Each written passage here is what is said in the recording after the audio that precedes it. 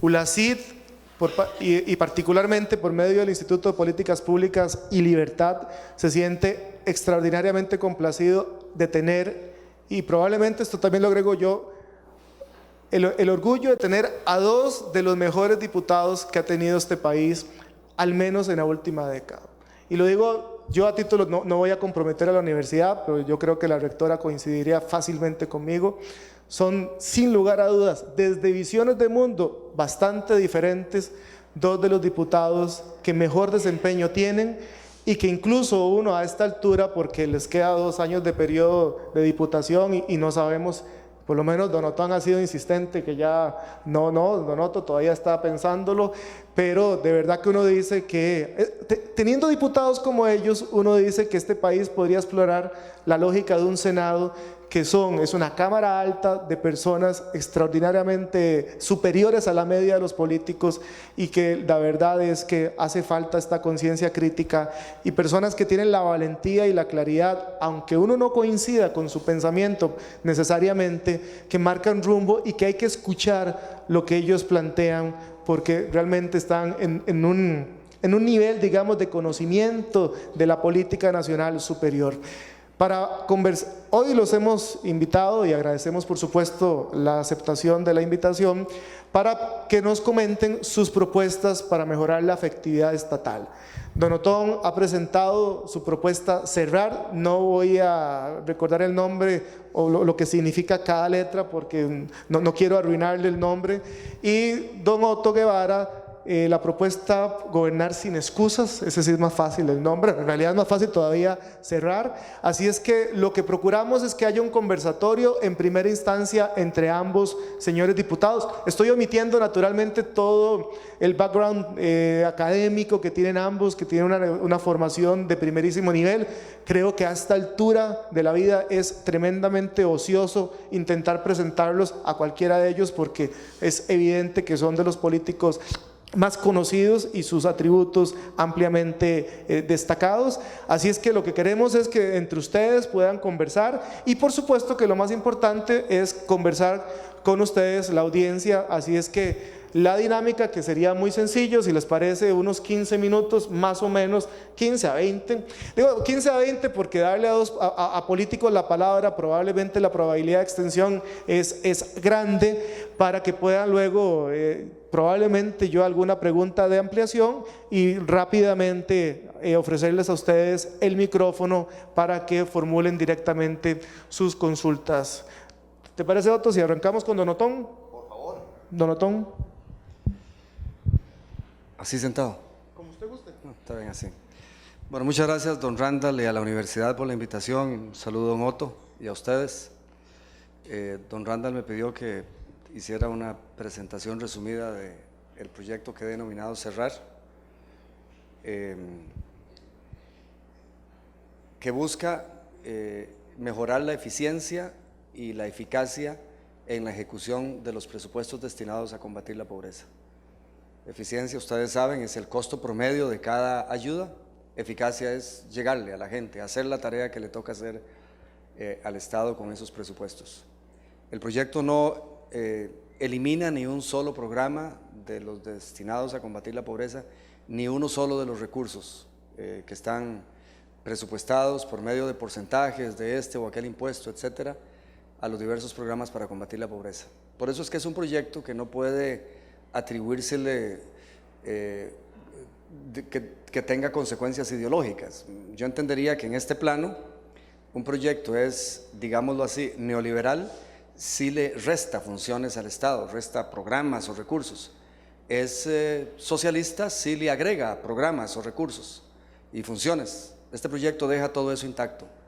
Es nada más lo que busca es mejorar la institucionalidad con que se ejecutan esos recursos. ¿Por qué? Bueno, porque diversos diagnósticos, empezando por la Contraloría General de la República, han identificado duplicidades de todo tipo. Porque estudios también de diversas fuentes, el Estado de la Nación, han identificado una serie de filtraciones debido a esas duplicidades. Filtraciones quiere decir recursos asignados a familias que no están en los sectores para los cuales se destinan, que están tal vez en la clase media. Y como consecuencia, la otra parte de la razón es los resultados que se han tenido en términos de combatir la pobreza. Costa Rica es incapaz de reducir la pobreza como porcentaje de la población nacional desde el año 92.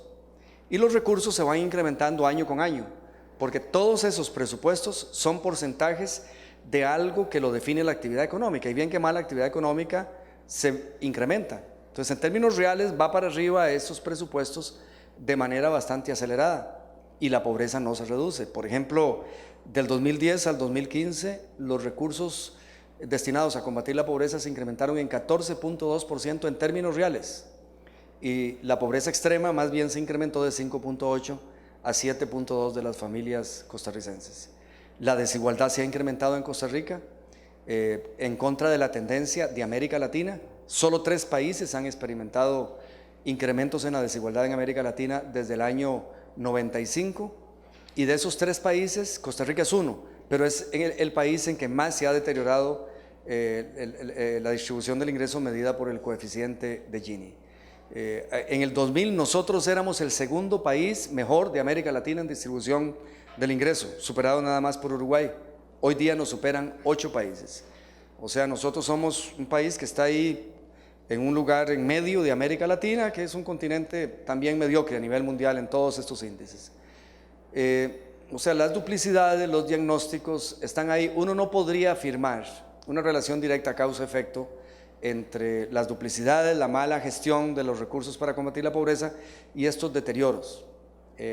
Probablemente el modelo económico que se ha impuesto en las últimas décadas podría tener un impacto, pero aún si fuese así, todavía más urgente mejorar la eficiencia en la entrega de los recursos. O sea, si el modelo fabrica pobreza, pues con mucho más razón es necesario que los recursos destinados a combatirla se manejen con la mayor eficiencia. Entonces, con esos justificantes, ¿qué es lo que hace cerrar? Y cerrar quiere decir lo siguiente: la C, cerrar instituciones; la E, eliminar duplicidades; la primera R, reunificar funciones; la segunda, redefinir rectoría; para la A, ahorrar recursos; y la R, reducir la pobreza. Eso es cerrar. Pero el nombre dice la verdad, y yo quise ponerle un nombre que dijera la verdad, porque esto es la democracia, y aquí las reformas estructurales se hicieron todas con nombres pomposos, muy magnéticos, muy atractivos. Digamos, reforma del Estado, y era privatizar y abrir. No se dicen las palabras correctas. El Tratado de Libre Comercio, lo que menos tiene es de comercio, es un tratado de inversiones. Ya nosotros teníamos acceso a Estados Unidos a todos los productos prácticamente. No se quiso decir tratado para proteger las inversiones de las multinacionales más allá de lo que la normativa costarricense tiene. Programa de ajuste estructural, suena bien, ajuste estructural, suena en serio, y era para destruir la pequeña y mediana agricultura de este país, abriendo las fronteras y obligándonos a eliminar subsidios, dentro de otras cosas. Entonces, a mí me parece que eso es antidemocrático. Yo lo reclamé a lo largo de mi vida. Digámosle la verdad a la población, y que en una campaña el pueblo decida si está bien o no. Por eso cerrar, dice, es más, lo más duro de todo, que es cerrar, porque lo otro es, yo creo, mejorar los resultados en términos de reducir la pobreza. Entonces, ¿qué plantea? En primer lugar, cerrar el Ministerio de la Vivienda. Es la institución más fácil de cerrar, porque es muy difícil encontrar qué es lo que hace que no se haga por el IMAS y en otras instituciones. Es más, la única función que tuve que llenar en el proyecto es la presidencia del BAMBI, del Banco Hipotecario de la Vivienda, que la preside el ministro de la Vivienda. ¿Quién va a presidir el BAMBI? Bueno, el ministro de Asistencia Social, que se crea con la infraestructura idéntica hoy en día del IMAS. El IMAS se convierte en el MAS, ahí no hay ganancia ni pérdida en términos de gasto público, nada más que convertimos al IMAS en una institución con rango de gabinete para que sea la gran institución rectora de las políticas de combate a la pobreza. Entonces, ese ministro del MAS, o sea, el IMAS convertido en MAS, sería el presidente del BAMBI.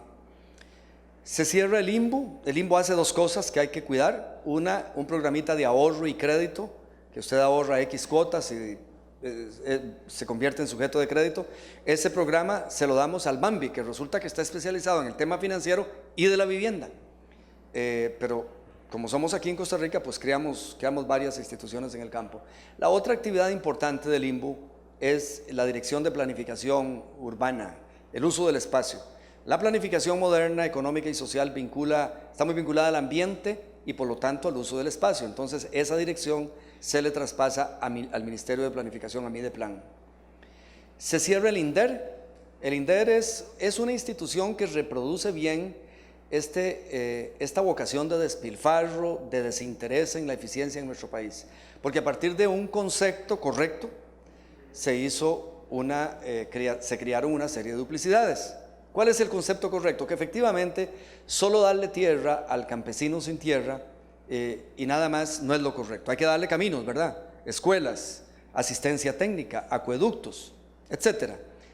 Entonces se le dieron al INDER las potestades para hacer todo eso. Cuando ya está el MOP, que sabe hacer caminos, el INBU, el AIA, que hace acueductos, el MEP, que hace escuelas, y lo que falta son presidentes que coordinan. Es decir, nosotros no podemos arreglar con un error el primer error. Es decir, si los presidentes no han tenido la capacidad de, cuando se va a hacer un programa de reforma agraria, diga usted en Cotobruz, entonces decirle a las instituciones, mire, ahí necesitamos no solo la tierra para el agricultor, sino el camino. Así es que MOP, métame en el presupuesto caminos, presupuesto para caminos, AIA me hace el acueducto, etcétera.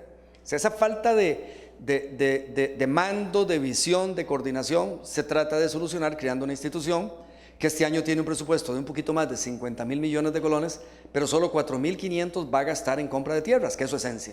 Entonces lo que hago es pasar el programa de compra de tierras, esa plata, a un departamento del MAG con desconcentración mínima, con personería jurídica instrumental, como es el SENASA y el Servicio Fitosanitario del Estado, por ejemplo, hoy en día. Y ahí comprarán las tierras, porque en el MAG saben de tierras para reforma agraria y las reparten, pero la selección de beneficiarios la hará el MAS, porque el MAS va a ser el único que hará selecciones de beneficiarios, contrario a lo que ocurre hoy. Se cierra FONAVE. Nosotros tenemos hoy día en el IMAS un programa de becas que se llama Avancemos, pues se hace otro en una institución aparte, con su director ejecutivo, su burocracia y su edificio, que está ahí por el Paseo de los Estudiantes, por cierto. El FONAVE, bueno, le damos eso para que esté a la par del Avancemos en el MAS, que es el IMAS convertido en ministerio. El Ministerio de Trabajo y Seguridad Social hoy tiene que hacer la difícil tarea de lidiar con la legislación laboral de Costa Rica, acordar incrementos salariales, todos los temas de huelgas y etcétera, convenciones colectivas, es el Ministerio de Trabajo, pero también está metido en el tema de combate a la pobreza. De hecho, ahí está asignaciones familiares. Entonces, ¿qué hago con el proyecto? El Ministerio de Trabajo y Seguridad Social se le quita la SS, va a ser solo el Ministerio de Trabajo, y la Dirección de Desarrollo Social se pasa al nuevo ministerio, a MAS, o sea, al IMAS convertido en ministerio, y asignaciones familiares va para ese ministerio también. Hoy día la Caja, además de las complicaciones que tiene, también tiene que hacer listas de beneficiarios, investigaciones estadísticas para ver a quién le da la pensión del régimen no contributivo y el seguro de salud regalado. Bueno, la selección de beneficiarios de ambos programas pasa al MAS y la entrega de la pensión del régimen no contributivo lo hará el MAS. Sacamos a la Caja totalmente del régimen de pensiones no contributivo y, claro, sí seguirá entregando el programa de salud regalado porque esa es su especialidad.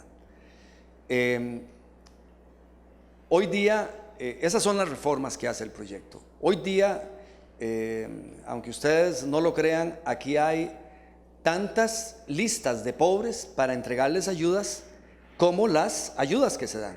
Para tierras, el INDER tiene la suya, o sea, a pesar de que han habido leyes para crear un registro único de beneficiarios, ¿saben que no hay ni siquiera en Costa Rica? Un registro de la persona beneficiada, de las personas beneficiadas. Algo que con las posibilidades de manejar datos hoy en día es muy sencillo. Es decir, uno se imaginaría que hay una matriz en que en la primera columna están los nombres, Randall, Otto, Otón, la licenciada Castro, y bueno, todos los nombres de la gente que tiene ayudas, y en las columnas dice tierra, si hay un TIC, si es que ha recibido tierra, vivienda, un TIC si recibió vivienda, tal vez becas no recibió, pensión del régimen no contributivo. No existe ni siquiera eso. Si no existe el censo de personas que califican para ayudas sociales, pero no existe ni siquiera esa combinación de bases de datos, lo que revela la poca importancia que se le ha dado a la coordinación. Entonces aquí vamos a tener solo una lista de personas que califican y de personas beneficiarias, que es la que va a ser el MAS, que en todo caso, de acuerdo a la ley del impuesto de ventas que está en la Asamblea Legislativa, va a ser fundamental porque se va a ampliar la base, se va a cobrar impuestos universalmente, el IVA a todo mundo, pero se le va a devolver a los sectores de menores ingresos, de acuerdo al cual decil de los 4 últimos estén colocados montos de dinero en efectivo. Yo creo que eso no va a ser posible de hacer, pero bueno, eso es lo que dice el proyecto de ley. Esto es en esencia lo que plantea el proyecto Serrar, un proyecto difícil de hacer porque en Costa Rica este tipo de leyes hoy en día son muy difíciles. Antes era más sencillo, usted estructuraba la institucionalidad que usted creía mejor para el país, y al final ponía un artículo que decía todas las leyes que se antepongan quedan eliminadas. Ahora no se puede hacer, hay que explícitamente normar. Entonces se tocan como 12 leyes de manera profunda y no sé, 22 y resto más de manera, digamos, superficial. Pero en Costa Rica, gracias a Dios, hay mucho experto en derecho administrativo, derecho constitucional, derecho público, y pues tuve el beneficio de mucha ayuda pro bono que me permitió presentar ese proyecto el 16 de diciembre en la Asamblea Legislativa, y ahí veremos a ver qué pasa. Eso es lo que es el proyecto. Muchas gracias, don Otón. Antes de pasarle la palabra a don Otto, yo sí quisiera agregar otro comentario. Tristemente, ambas propuestas, la que acabamos de escuchar de don Otón, han sido tremendamente criticadas, debo decirlo con mucha franqueza, que no deja de asombrar el nivel de mezquindad política que pulula en este país. Y lo peor de todo es que han dicho, y mucho de la crítica que han recibido ambos proyectos, que por supuesto consideramos igualmente, similarmente virtuosos, es porque lo han propuesto ustedes dos. Eso es un tema que este país tiene que superar, porque al final, y a propósito, la doctora Castro, que es experta en falacias y argumentaciones inválidas, obviamente es triste ver cómo al final este país no valora propuestas tan valiosas, escuchar los planteamientos directamente de ellos y, por ejemplo, simplemente por no darle gusto a dos destacados políticos, prefieren simplemente descalificarlas ex ante. Don Otto, por favor. Bueno, muchas gracias a la Universidad ULACIT por la invitación a compartir esta noche con ustedes acá, y un saludo a Otón, Randall. En este conversatorio sobre dos iniciativas, la iniciativa de Otón denominada Serrar y la iniciativa que nosotros presentamos hace poco, que se llama Gobernar sin excusas. Ya son muchos los años en los que he estado vinculado a la política. A partir en el 94 fue que tomé la decisión de iniciar un camino largo, que fue inscribir un partido político liberal en Costa Rica. Me correspondió ser diputado en 98, 2002, la primera vez. Y desde entonces hemos mantenido una presencia en el Congreso, de tal manera que son del 98 a la fecha 18 años de tener presencia en el Congreso. A lo largo de todos estos años, viendo lo que ha sido la gestión gubernamental de parte del Poder Ejecutivo, nos encontramos con la siguiente frase recurrente en todos los presidentes desde 1995 hasta la fecha. Y digo 95 porque es la primera vez que un presidente de la República menciona esta frase, y dice: Costa Rica es ingobernable. José María Figueres Olsen, 1995. A partir de ahí, ustedes ven, Miguel Ángel Rodríguez, al finalizar su periodo presidencial, dice: la verdad es que la cosa se ha ido complicando y Costa Rica se ha vuelto de cierta manera ingobernable. Ustedes ven posteriormente a Abel Pacheco decir lo mismo. Ustedes posteriormente ven a Oscar Arias también con un nivel de frustración decir lo mismo, Laura Chinchilla, y ahora con 2 años de la administración de Luis Guillermo Solís, vemos también esa frustración de presidente y ministros de que cuesta mucho que una decisión que se toma a nivel de la cabeza del Poder Ejecutivo, ya sea presidente o Consejo de Gobierno, esta para concretarse, para materializarse, toma un mundo o nunca se concreta. Cuando revisamos los informes de liquidación de presupuesto que hace la Contraloría todos los años, encontramos recurrentemente una llamada de atención que nos hace la Contraloría, y es Costa Rica a lo largo de las últimas décadas ha ido creando una institucionalidad cada vez más compleja. Ante un problema se crea una nueva institución, un nuevo ente público, una personería jurídica instrumental, un fideicomiso, una institución autónoma, etc. A tal punto que, inclusive, el término inflación institucional ha sido acuñado por la Contraloría. Estamos viviendo hemos vivido una inflación institucional, a tal punto que hoy tenemos 333 entes públicos. Este paisito chiquitico, chiquitico, 50.000 y un resto de kilómetros cuadrados, un poco menos de 5 millones de habitantes, 333 entes públicos. De esos, 24 ministerios, 18 de ellos con una ley que los crea, otros 6 son ministerios sin cartera. No hay una ley que les haya creado, sino que hay una decisión del presidente, decirle a un presidente ejecutivo de una institución autónoma, usted va a ser, en este periodo presidencial, usted va a ser ministro y lo vamos a sentar aquí en el Consejo de Gobierno. O nos sacamos de la manga un ministerio como el Ministerio de Comunicación, que no es una institución autónoma, no hay una ley de creación, y decimos vamos a crear este ministerio y sentamos a esta persona en el Consejo de Gobierno.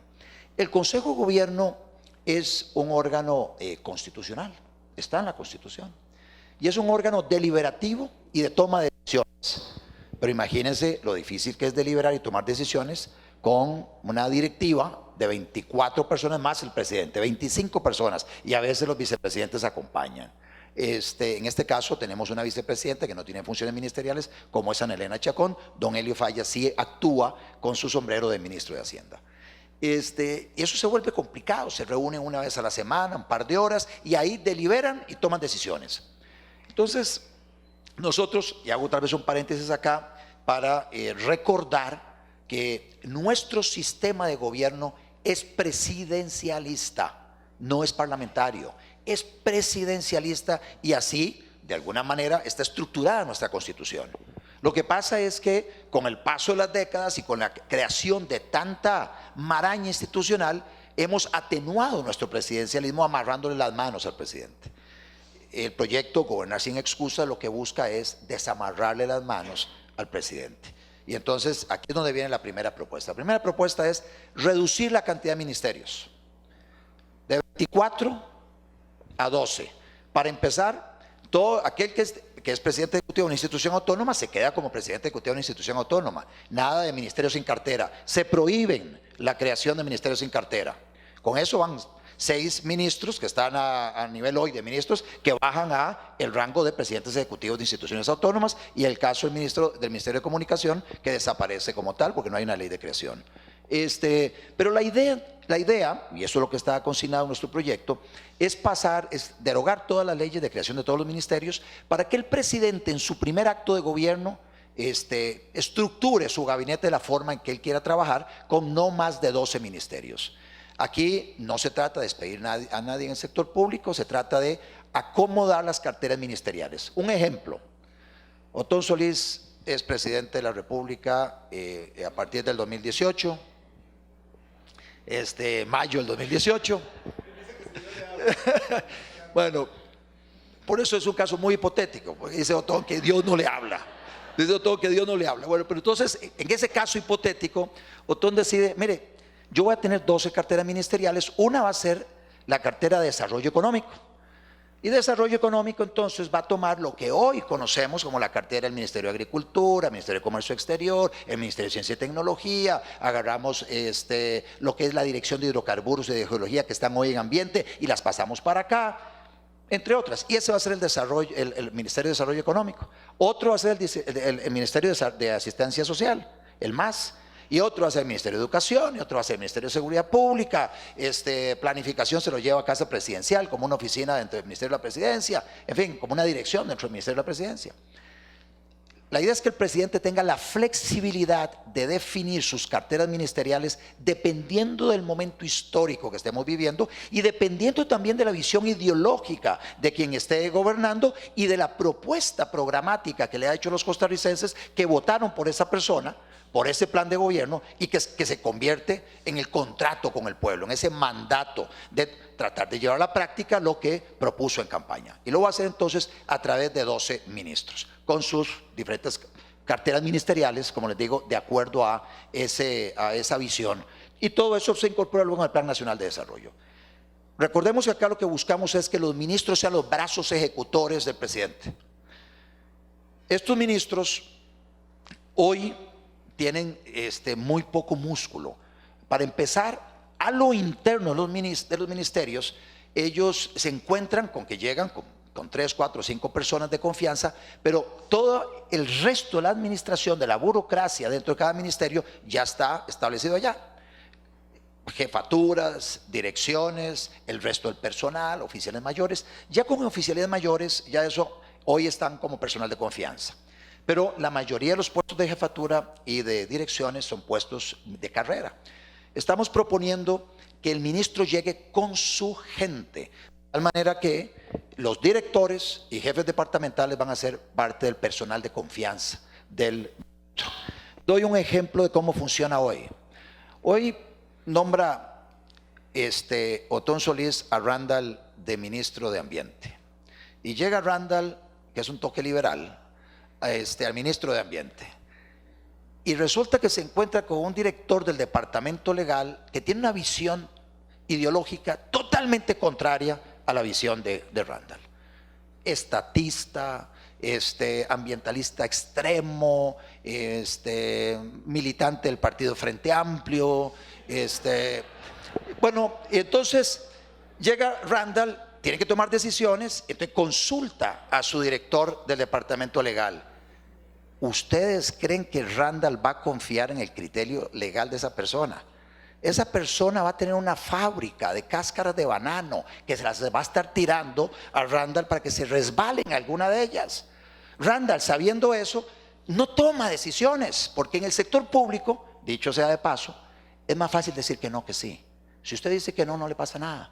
Si usted dice que sí o firma algo, hay posibilidades de ser demandado y tenga que responder con su propio peculio por las demandas y las denuncias que le metan. Entonces mejor dice que no o se blinda de tal manera que tiene que pedirle criterio a Raimundo y a todo el mundo. Entonces busca un amigo abogado para que le dé su criterio y busca le hace una consulta a la Procuraduría, contratan a veces a departamentos, a bufetes fuera de la institución para que les dé su criterio legal. A veces inclusive, como pasa hoy, hay un abogado, se llama Randall Carvajal, en Leyes y Decretos en Casa Presidencial, Marvin Carvajal. Hoy muchos ministros le consultan a aquella persona en Casa Presidencial para tomar decisiones. Entonces Marvin tiene una pila de expedientes que resolver, de consultas de jerarcas de diferentes instituciones. Cosa diferente sería que Randall Arias llegara con busca una persona que le vaya a cuidar las espaldas, un director del departamento legal muy competente en quien él confíe en su criterio legal. Bueno, de eso se trata, de que estas personas vayan y sea personal de confianza. Hay otro temita que tiene que ver con eso, porque los ministros también tienen brazos ejecutores en órganos de desconcentración. Ustedes saben que hay desconcentración mínima y desconcentración máxima.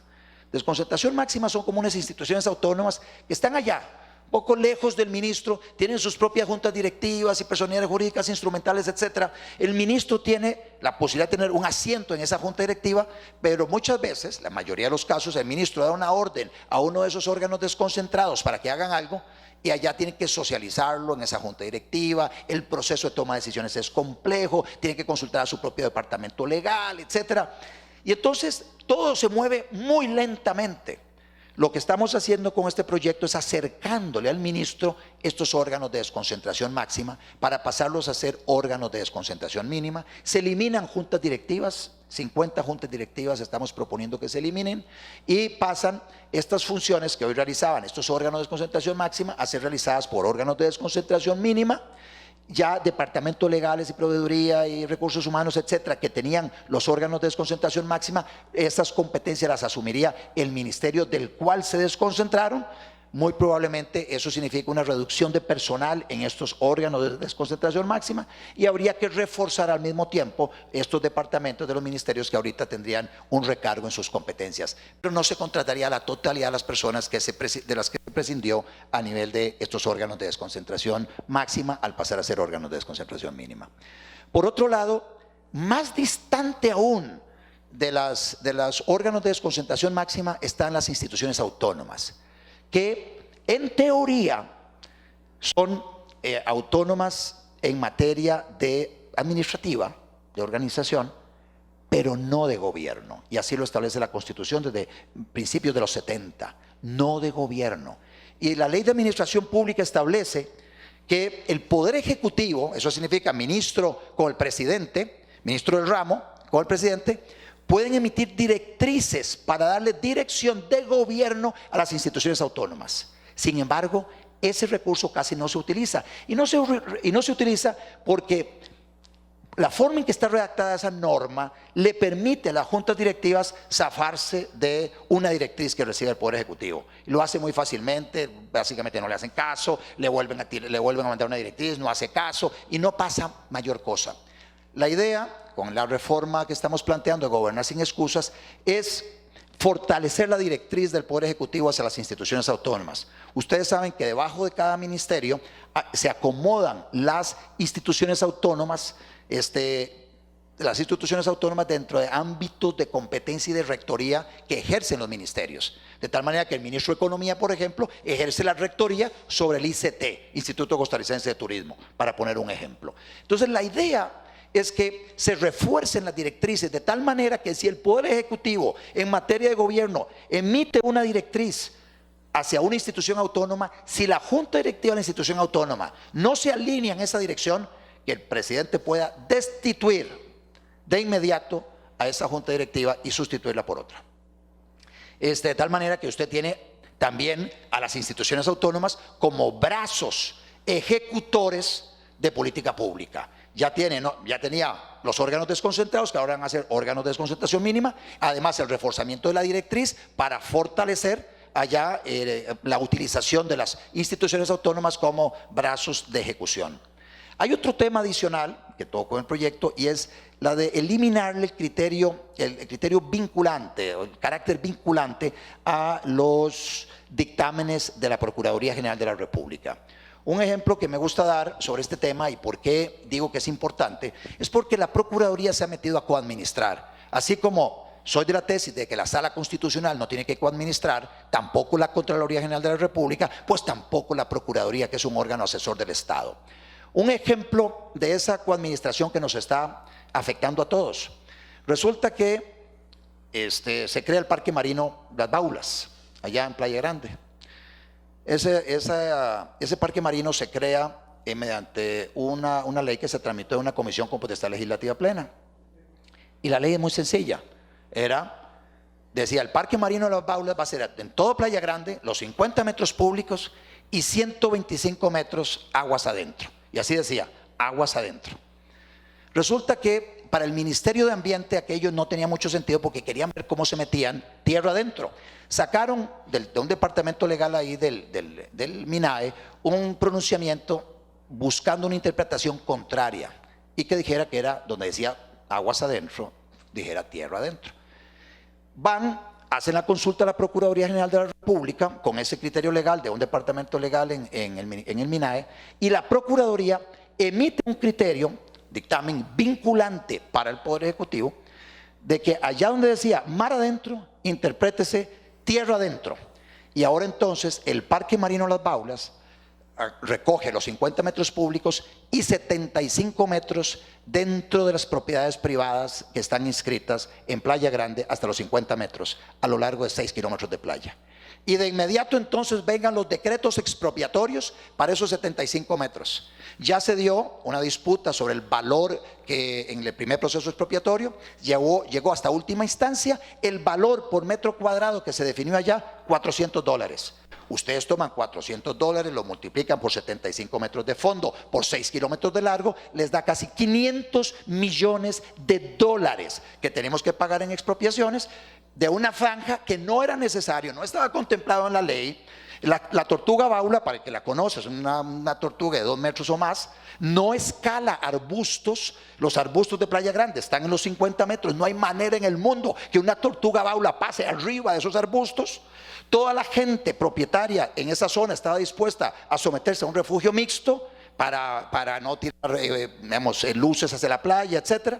Bueno, ese lugar de anidamiento de 16 tortugas baula que llegan al año allá nos está costando ahora $500 millones por un dictamen vinculante de la Procuraduría General de la República que mediante ese dictamen está coadministrando. Por eso digo, mire, el abogado en la Junta Directiva, muy bien, deme su criterio, pero yo no estoy obligado a seguirlo. Y Procuraduría, esa debe ser la posición de la Procuraduría. Estamos quitando el carácter vinculante de esos pronunciamientos. Finalmente, hay que pagarle mejor a los ministros. ¿Ustedes saben cuánto gana el ministro de Seguridad? $2 millones. 2 millones y un resto. Gustavo Mata, él está trabajando como ministro de Seguridad con su pensión. Él no recibe salario, porque la pensión es mayor que el salario. Pero $2 millones para enfrentar crimen organizado, 24/7, arriesgando a su familia, la verdad es que, mire, le va a costar encontrar gente si usted quiere formar un buen equipo de gobierno. Entonces la idea es que los 12 ministros tengan el mismo sueldo del diputado. Nosotros diputados recibimos un salario bruto de más o menos 4 millones de colones, eso es lo que recibimos nosotros, más 300 litros de combustible, eso es. Todo lo demás es puro mito, pero eso es lo que nosotros recibimos. No recibimos pensión ni nada de esas cosas, o sea, eso es lo que recibimos. Bueno, que los ministros ganen eso y luego entonces se establece salario único también, sin pluses salariales para las otras categorías, viceministros, directores y jefes departamentales y oficiales mayores. Salario único, sin pluses salariales, personal de confianza. El presidente, estoy poniendo también que el sueldo del presidente, que no está definido en ninguna ley, sea 2 veces el salario del diputado. Con esta iniciativa que estamos poniendo sobre la mesa para discusión, uno podría llegar y decir, bueno, tal vez no eliminemos todas las 56 órganos con desconcentración máxima, o sea, dejémoslos, eliminemos algunos, tal vez el tema que me lo dijo Randall en algún momento, tal vez el tema de las jefes departamentales como personal de confianza, tal vez se nos está yendo la mano, tal vez solo los directores, tal vez hay que acotar la cantidad de viceministerios que se pueden nombrar, etcétera. Pero en todo caso, estamos presentando el proyecto para discusión. Es un poco lo que está haciendo Tom también con su proyecto Cerrar, y creo que de alguna manera se complementan bien ambos proyectos. Uno tiene una visión un poco más integral, el otro está focalizado en el tema del sector social y hacer que los recursos se utilicen de una mejor manera, pero a mi juicio tienen el mérito ambos proyectos, igual que uno de Mario Redondo Poveda, que tiene que ver con la Ley de Administraciones Públicas, de que son los únicos proyectos de ley planteados a la fecha que proponen hacer alguna reforma en nuestro Estado, alguna reforma institucional con el propósito de ver de qué manera mejoramos el tipo de gobierno que tenemos y que se haga más con lo que hoy tenemos. Muchas gracias. Gracias, don Otto. Antes de abrir el espacio para que ustedes consulten, yo quisiera hacerle una pregunta a cada uno de ellos y contextualizarla. Lo que cerraba Otto diciendo es que, bueno, es evidente que este país urge una reforma del Estado para ser más eficiente, que ese es el enfoque de este conversatorio. No obstante lo cual, el señor presidente de la República, que creo que anda en el Vaticano en este momento, si no me equivoco, con 16 personas visitándolo, renunció a hacer una reforma del Estado, pero reconoce, creo que es en el Financiero este fin de semana, que el próximo gobierno sí tiene que hacer una reforma del Estado, cosa que uno no logra entender. En ese marco, don Otón, usted presentó recientemente una excelente propuesta también de un gobierno de unidad nacional. 2 preguntas puntuales. ¿Por qué no recuerdo, y me corrijo usted si me equivoco, ¿por qué no lo propuso de antemano? Que dicho sea paso, solo el PUSC, que hasta donde yo sé, ha atendido a su llamado. Creo que el 31 de julio es la fecha que usted planteó. Y la segunda, que es un poco con lo que terminaba el diputado Guevara Guz, ¿por qué no integrar 2 proyectos que desde mi modestísimo punto de vista son plenamente integrales? Y se me ocurre a mí pensar el poder que tendría una propuesta de ustedes dos, que como bien dice, abarcaría todo el espectro ideológico si es que fuera relevante, que coincido con usted con usted que no lo es, imagínense el poder que tendría en términos de convocatoria. No le tiene la palabra en la primera pregunta. ¿Por qué no qué? Porque no lo incluyó, creo, o está incluido esta propuesta suya. Ya, gracias. No, en el gobierno de Unidad, la propuesta de gobierno nacional, en la carta, en una tabla yo menciono 5 temas y ahí está este tema. Está este tema de combate a la pobreza. Digamos, modernización del sistema de combate a la pobreza. Pero además esos temas son a manera de ejemplo. Serán los partidos en la negociación, de acuerdo a la propuesta, los que definirán si son. Yo puse 5 temas que para mí, si fuese dictador, sería donde concentraría mi atención. Pero la negociación es entre los partidos y entonces ellos pueden encontrar que otros temas son más relevantes. Y la segunda, ¿por qué no complementar algo que parece que es evidentemente complementario? Bueno, a mí el proyecto de don Otto Guevara me atrae en una parte totalmente, estoy de acuerdo. En otra tengo una duda, tengo que hacer preguntas. ¿En cuál está de acuerdo, perdón? En eliminar un montón de juntas directivas y dejar esa pantomima de descentralización que le quita autoridad a los ministros y al Poder Ejecutivo y que pasen a ser órganos de desconcentración mínima y que el ministro mande.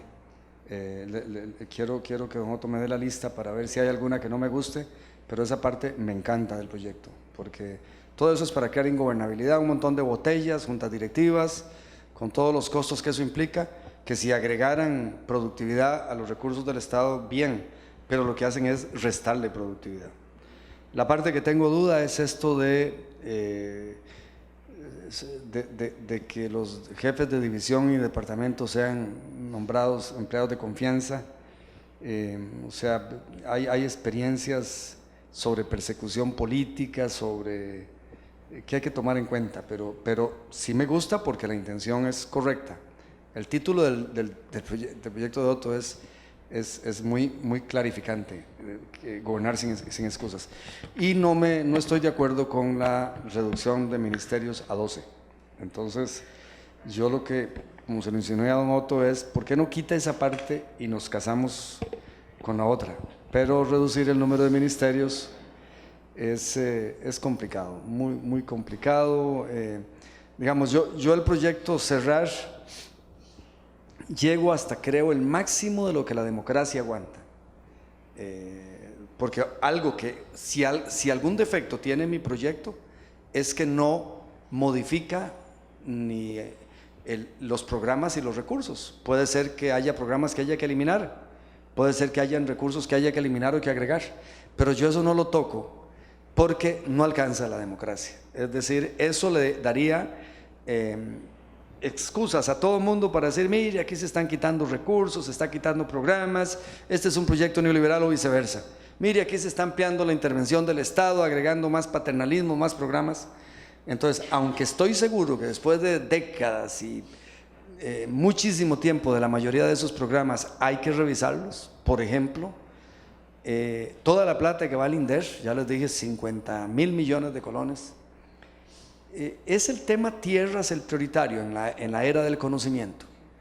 O sea, ¿qué gana más una persona? ¿Que le demos 15 hectáreas de tierra o que le demos educación a sus hijos hasta que terminen una licenciatura y acceso al conocimiento o a un buen INA, etcétera?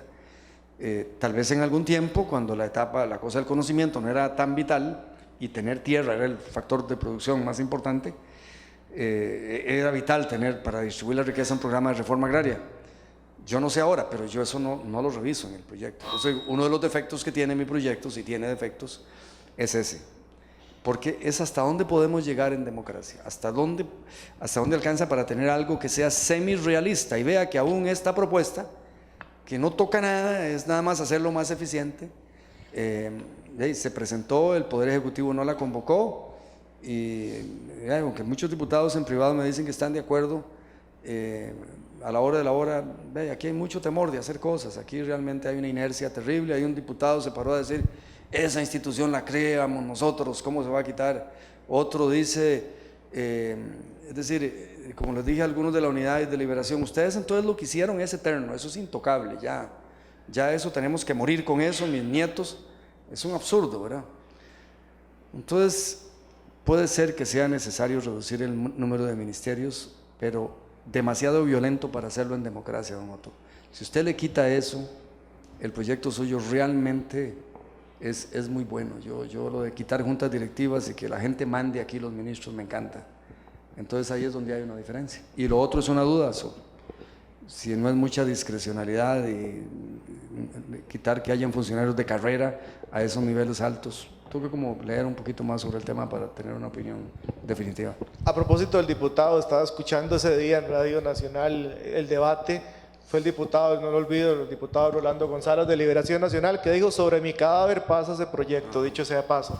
Ve lo que es la vida, don Otón. A mí me parece que el nombre de su proyecto es mucho mejor que el de Otto, dicho sea paso. Me parece que el suyo es más liberal y el de don Otto parecía poco liberal porque no cierra nada y no privatiza nada. Se quedó corto. Don Otto, por favor. Sí, gracias, Ronda. Lo tenías entre pecho y espalda. Precisamente compartiendo con ustedes esta anécdota, cuando Tom presenta su proyecto, creo que fue al día siguiente, hizo una presentación en el Pleno y se paró Rolando González. El mismo día fue. Una hora. Sí. Sí, sin haberlo leído, ¿verdad? Obviamente, es una reacción donde Otón hace una explicación en el Pleno de los alcances. Tenga cuidado de hablar de don Rolando, que es candidato. Precandidato presidencial, sí. No, pero igual lo tengo de compañero en la Comisión de Hacendarios y él sabe que esto que estamos diciendo es totalmente cierto, porque además vos lo escuchaste por Radio Nacional. Pero sí, Rolando se levanta y dice más o menos esas palabras que menciona Otón en relación con el INDER, pero sin haberlo leído. Ya cuando uno escucha a Otón y escucha su explicación, uno dice, bueno, tiene mucho sentido la propuesta Cerrar que está planteando. Hay un tema donde yo digo que son complementarios y el ejemplo que él da sobre el asentamiento campesino, que es un departamento ahí en el Ministerio de Agricultura, encuentre la finca, compre la tierra y luego le dice al MAS, mire, aquí tenemos esta tierra para, no sé, 100 campesinos, y entonces el MAS es el que va a identificar quiénes son los beneficiarios, y entonces dentro del proyecto de Cerrar, de Otón, lo que dice es que esa finca requiere un camino, tiene que hacerlo el MOP y luego hay que meter electricidad y el ICE tiene que meter el tendido eléctrico y acueductos tienen que meter el agua y el Ministerio de Educación Pública tiene que meter la escuela, y entonces dentro de la visión de Otón el presidente manda y le dice usted haga esto y usted hace lo otro, usted hace lo otro, y hay una institucionalidad que se encarga de hacer eso. Lo que pasa es que así no funciona el Estado nuestro. Hay que darle músculo al Poder Ejecutivo para que efectivamente el presidente le diga al tipo a la Junta Directiva del ICE, mire, me meten la electricidad, pero la quiero en estos 106 meses. Don Otto, una interrupción, pero con esa parte no la menciono. También estoy de acuerdo en que la dirección sobre lo que deben hacer las instituciones. Sí. Eso es necesario. Estoy de acuerdo con eso. Es necesario para complementar lo que dice Otón, porque tiene total lógica lo que está diciendo Otón. Dice, aquí él tiene una institución que le hay que meter electricidad, por Dios, no se ponga el INDER a contratar por aquí, por allá, quien mete el tendido y los postes y todo, que él lo haga y que Acueductos lo haga. Tiene total sentido, pero bueno, hay que fortalecer las directrices para que el presidente pueda efectivamente tomar ese tipo de decisiones. Esta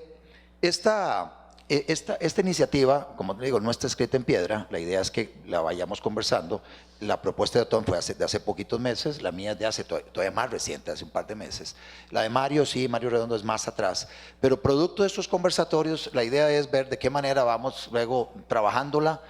Muy probablemente esto lo llevemos a la Comisión de Reforma del Estado con el propósito de ver si podemos construir una propuesta. ¿Estarías de acuerdo, perdón, en integrar ambas propuestas? Que son, mira, las ves no podemos. La tesis yo sé que por viabilidad política es complejo. A ver, la tesis mía es que no podemos quedarnos de brazos cruzados. Ya el solo hecho que estemos acá hablando, sensibilizando a un público, va a quedar grabado, me imagino que otra gente va a poderlo ver también después, sensibilizando a un público sobre la necesidad de hacer reformas institucionales. Es más, a mi juicio debemos ir más allá. La crítica que yo le hago a la propuesta nuestra es que se queda muy corta, pero también buscando la viabilidad es que no se plantea ya meter cierre de algunas instituciones que no sirven por un carajo. No, si ustedes me dicen, el IFAM, Instituto de Fomento y Ayuda Municipal. A ver, pregunta de examen acá para los profesores que están acá. ¿Qué diablos hace el IFAM? Tiene, a propósito del edificio, Tom, tiene un edificio como de 6, 7 pisos, o sea, el espacio que tiene cada funcionario es como de 60 metros cuadrados por funcionario o más. Pero el IFAM maneja un dinero para financiar, líneas de crédito para financiar a 81 potenciales clientes, que son las 81 municipalidades. Sencillísimo, una licitación, a ver cuál de los bancos, si no le gustan los bancos privados, ni modo, que los bancos estatales compitan para ver cuál administra esa línea de crédito. Y usted ya se elimina toda la burocracia en IFAM vinculada a manejar líneas de crédito. Pues que los bancos manejen la línea de crédito, una línea de crédito para darle financiamiento a los 81 potenciales clientes que son las municipalidades. Y lo otro, bueno, de ahí nos dimos cuenta que ahora financian a todas esas ANAIs y a la Unión de Gobiernos Locales y todo este montón de organizaciones privadas que controla la liberación, que deben ser financiadas directamente por los interesados, pero lo financiamos nosotros con impuestos. Y lo otro es algún tipo de acompañamiento a algunas municipalidades. Es mejor que esa plata se le dé a las municipalidades más pobres para que contraten ellos, pero cada una de ellas su abogado, su ingeniero o el topógrafo, y punto, y usted se ahorra esa institución autónoma. Y el resto de la plata que sobra, pues entonces se la mete a caja única del Estado para paliar un poco el desequilibrio que tenemos en las finanzas públicas. Pero esa revisión hay que hacerla institución por institución. El problema es que, un poco lo que planteaba Otón, aquí el plantear siquiera la posibilidad de cuestionar la existencia de un programa de búfalos en Habdeba. Pues ya no hay búfalos, por Dios, ahí está el programa todavía. El tema de la refinadora, una refinadora que no refina, Recope, desde agosto del 2011, no refinamos, se cerró la refinadora de la refinadora costarricense de Petróleos S.A. Hace casi 5 años no se refina. ¿Y ustedes creen que se ha reducido en una sola plaza todo el personal que estaba vinculado a la refinación? Y no. Entonces se perpetúan programas y no hay la rigurosidad de revisarlo. Si se justifica, perfecto. Si no se justifica, se modifica o se cierra. Pero lamentablemente eso ha sido prácticamente imposible por parte de quienes nos han gobernado. Yo sé que si Otón o yo hubiéramos sido presidente, la cosa hubiera sido diferente. Bueno, hubiera sido interesante. A propósito del gobierno de unidad nacional, vamos a ver, estamos ubicando a los muchachos edecanes. Ya, gracias, muy amable. Abrimos, no sé, Don Otón, ¿tiene algo que decir? O abrimos el espacio para que ustedes tengan la libertad, dicho sea de paso, de preguntarle a Don Otón y a Don Otto. Tenemos aquí 1, 2, 3, 4, 5. Gracias. Sí, buenas noches. Yo tengo una pregunta en especial al diputado Solís. Usted puso una propuesta muy interesante en su introducción. Usted habló que el modelo no funciona, que está aplicado en este momento, pero en la otra dirección usted dice que solo quiere ajustar el modelo, pero no cambiarlo. Eso solo es un comentario. Pero mi pregunta es, usted mencionó el índice de Gini. El índice de Gini es un índice estadístico económico sobre la distribución de patrimonio en la población. Pero usted no tocó el punto si el índice Gini se cambió al negativo o a una distribución negativa porque creció el patrimonio de la clase media, clase alta, o porque disminuyó o estancó el crecimiento en la clase baja, porque solamente es la diferenciación al promedio para arriba y para abajo. Y eso es la pregunta. Con su propuesta usted quiere ayudar a la clase baja, pero quizás, obviamente es necesario, pero quizás no es solamente eso el punto, sino también una redistribución de arriba para abajo y no solo meter abajo para que crece abajo, porque así uno no cambia el índice Gini. Gracias. Vamos a tomar al menos la segunda pregunta, Don Otón, si me permite.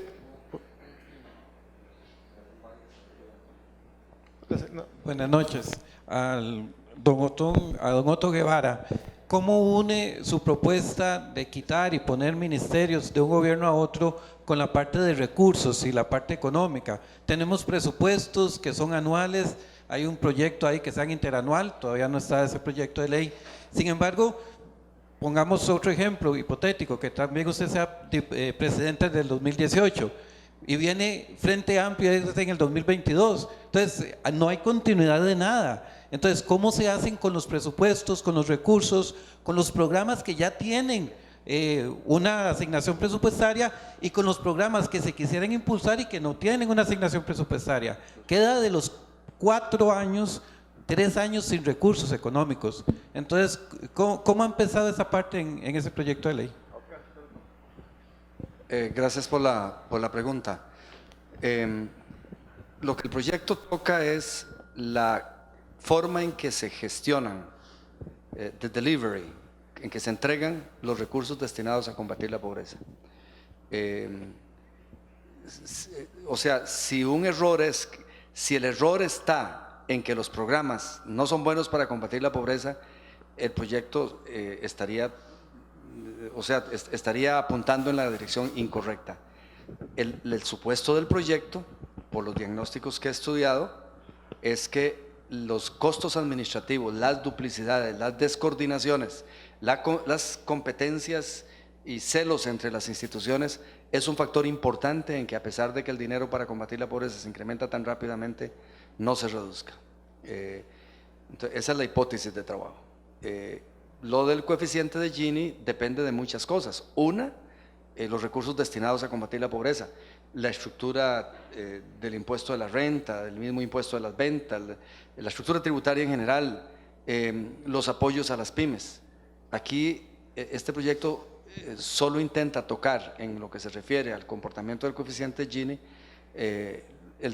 los recursos destinados a los sectores de menores ingresos. Y usted tiene razón, si eso es lo que está insinuando, esa no es la única variable para reducir desigualdades, pero bueno, el proyecto solo es esa parte la que toca.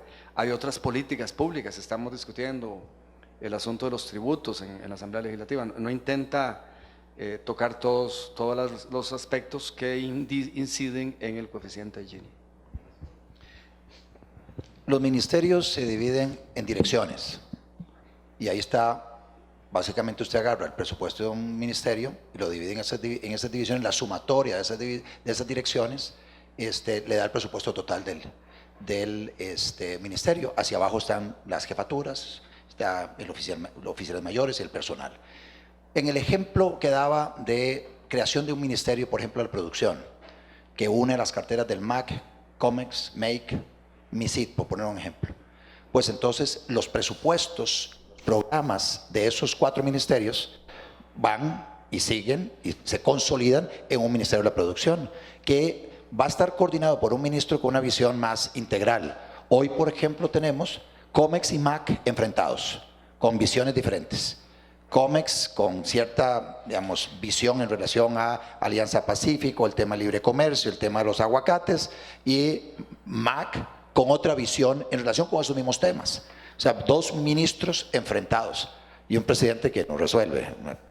O sea, eso es otra, ¿verdad? Porque nuevamente, muy probablemente, Otón, siendo el presidente, hubiera dicho, no, mire, Alex Mora, usted váyase para la casa, vamos a tener un ministro de Comercio Exterior alineado con las políticas en las que yo como presidente creo y que vendimos además en campaña y que consiguió el apoyo en campaña. Si yo fuera el presidente, el que se va para la casa es Luis Felipe Arauz. No, el del MEIC en algunas cosas se puede alinear, pero el de Luis Felipe Arauz indudablemente va para afuera. Entonces va a haber alguien en agricultura más, o sea, ya estaríamos en la Alianza para el Pacífico, etcétera, estaríamos más metidos en esa dirección. Son las visiones ideológicas. Pero hay un comentario que sí quiero hacer también, aprovechando esa pregunta suya, y es una crítica o un temor que me exteriorizó Manrique Jiménez, quien estuvo de coordinador de nuestro foro en la Asamblea Legislativa.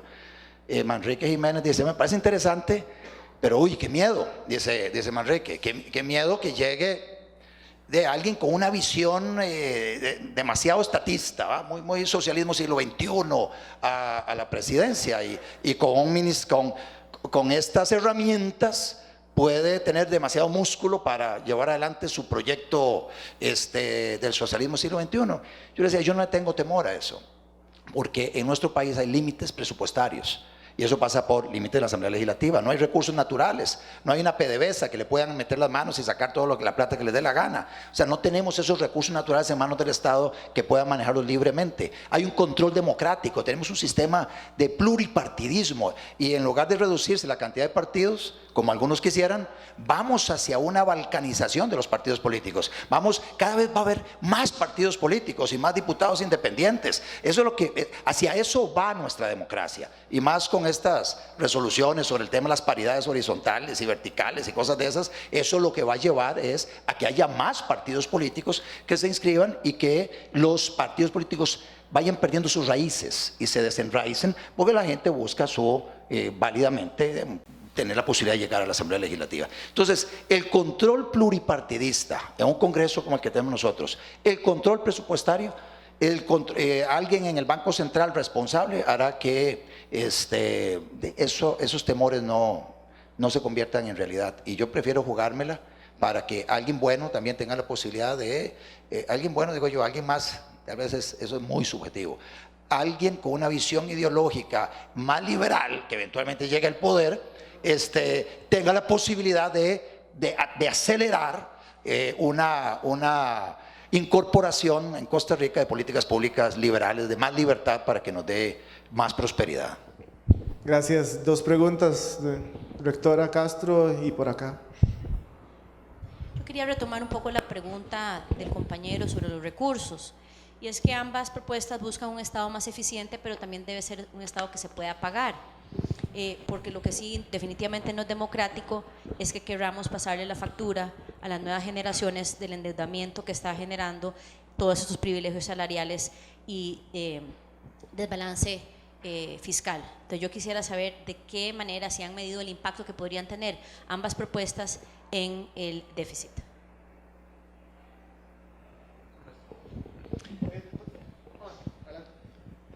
Antes de contestarle,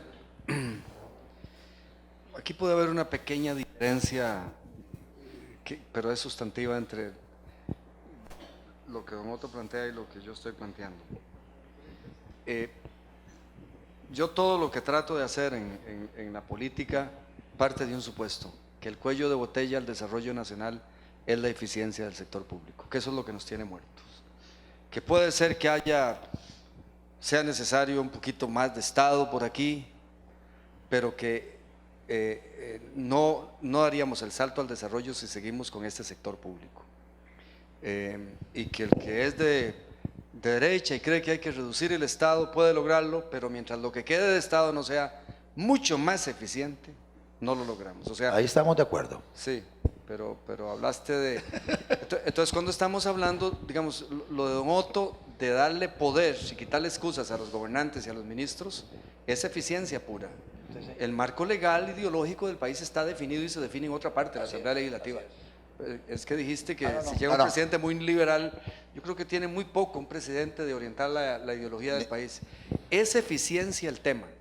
Yo quisiera, digamos, desde que hice el Partido de Acción Ciudadana, eso ha sido mi obsesión, por eso dije, me interesa un bledo el nombre ideológico que tenga. Yo me caso con lo que está, con lo que heredamos institucionalmente, un poquito más, digamos, más privatizado el país de lo que yo quisiera, pero por eso yo no me voy a desgastar. Pero el PAC se crió, mi partido, para hacer más eficiente el Estado, no para ampliar su tamaño, menos para reducirlo.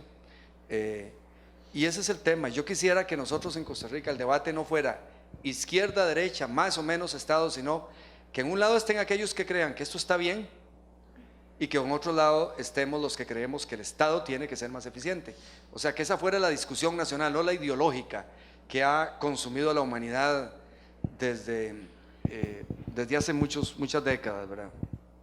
Entonces, yo a ustedes quisiera persuadirlos de eso.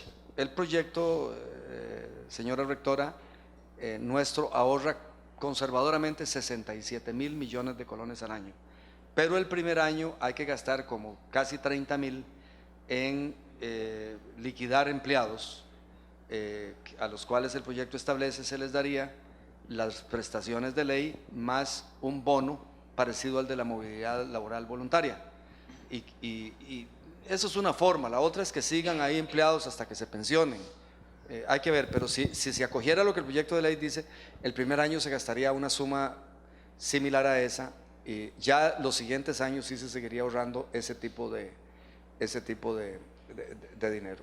Pero el tema es eficiencia, eso es lo que nos está matando en este país. El que tenemos por aquí oferta de plata, digamos ya el poder, la política, la Asamblea Legislativa le ha dado al Poder Ejecutivo, al gobierno y a las instituciones 2.000 millones de dólares, un poquito más, que están ahí. Y hay demanda de obra, ustedes ven la infraestructura de este país, y la demanda de recursos y la oferta no se encuentran. Nosotros en la Asamblea Legislativa aprobamos, por ejemplo, yo presidía Hacendarios, rapidito aprobamos un crédito de 450 millones del BID, ya en agosto estaba aprobado en el plenario, y a estas horas no hay ni siquiera un plano hecho para gastar esa plata. Del 2014 estamos hablando. Proyectos urgentes, todos. O sea, la incapacidad para ejecutar es astronómica. La lentitud, es decir, probada. Ustedes saben, la ruta 27, cuando se inauguró, hacía 32 años estaba trabajando en esa ruta. Hubo que devolver 2 veces el crédito del BID porque no estaban los complementos para hacer la obra. Se hicieron los puentes 12 años antes de que la obra se hiciera. Eso da como una vergüenza. Ustedes se imaginan que esta universidad abriera un edificio y pase 2 años sin utilizarlo, 12 años, quiebra, ¿verdad? Les decía acaso. O sea, el país no quiebra porque no quiebra, pero todo eso se expresa en esta insostenibilidad fiscal, en ineficiencias, etcétera. Entonces, el tema de la eficiencia es clave, y es el tema que los políticos de los cuales estos dos están enamorados, los neoliberales, abandonaron plenamente. O sea, la obsesión ideológica del neoliberalismo en Costa Rica fue tal que hablaron de eficiencia y no se preocuparon por eficiencia, sino que hicieron el Estado cada vez más ineficiente. Porque cuando hablamos de excesos en convenciones colectivas, de duplicidades, de exceso de lo que sea en el sector público, todo eso lo hizo el neoliberalismo nacional del PUSC y Liberación Nacional, ¿verdad? Eso no lo ha hecho Luis Guillermo Solís. Y crearon esta cosa tan poco funcional que tenemos en Costa Rica. Este Estado tan terriblemente incapaz de resolver problemas. Vea el tema de la pobreza, ese platerío, y no resolvemos el tema de la pobreza.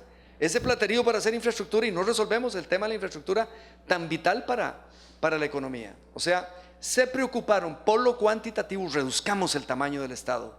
Hubo un PAE, un programa de ajuste estructural que era 20.000 empleados, despidámoslos. Y lo hicieron voluntariamente, nada de cualitativamente.